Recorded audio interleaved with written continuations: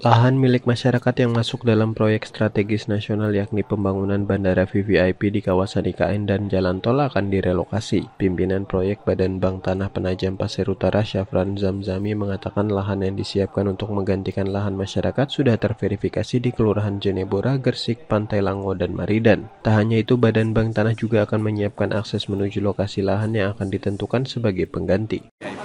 Dan jalan tol karena ini kan program pemerintah pusat, jadi program strategis nasional. Jadi khusus untuk masyarakat yang ada di sana, masyarakat yang memang secara fisik menguasai dan ada tanaman di sana, jadi harus direlokasi, dipindahkan. Tapi Bank Tanah sebagai lembaga negara yang memang bertugas untuk menyiapkan reforma agraria bersama-sama dengan pemerintah daerah, kita siapkan lahan relokasi. Tidak hanya menyiapkan lahan relokasi, tapi kita juga menyiapkan aksesnya untuk masyarakat. Yang saat ini misalnya ketika dia menguasai tanah, menggarap tidak ada jalan gitu ya. Sekarang kita siapkan jalan aksesnya. Sehingga masyarakat ketika nanti pindah dari bandara, lokasi bandara dan jalan tol ke lokasi relokasi, mereka sudah punya akses jalan. Secara ekonomis otomatis value tanahnya meningkat. Itu yang kami terus bersama-sama dengan pemerintah daerah mencari formulasi yang paling tepat untuk masyarakat, dan alhamdulillah ini jadi salah satu solusi yang terbaik. Tinggal kita berdoa nanti proses verifikasinya, proses validasi datanya pada saat penetapan subjek oleh reforma agraria, oleh GTRA, oleh gugus tugas, itu bisa segera kita percepat sehingga proses relokasi masyarakat akan segera. Ada berapa banyak lahan yang disiapkan? Yang saat ini kami siapkan sekitar 400 hektar. Itu bisa mengakomodir masyarakat di bandara, masyarakat di jalan tol.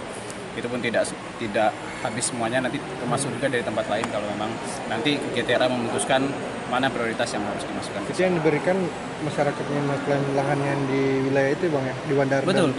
Nah itu yang pasti terverifikasi di kelurahan, kecamatan. Nah itu nanti akan tadi disampaikan oleh Pak Kakantar bahwa akan ada proses validasi ulang sehingga pada saat penetapan subjek sudah betul-betul subjek yang betul-betul berhak di sana. Masyarakat yang ngeklaim lahan di wilayah itu ada berapa banyak Bang? Kalau tadi berapa? Ya, kalau tadi memang bervariatif. Variatif mulai dari ada yang di bawah 1 hektar, ada juga yang di atas 1 hektar. Tadi juga disampaikan sama Pak Kakan kan ada batasan kepemilikan maksimum, gitu ya, disampaikan baik itu perorangan ataupun KK. Nah nanti lah itu yang akan divalidasi, akan diverifikasi. Yang penting data awalnya sudah ada.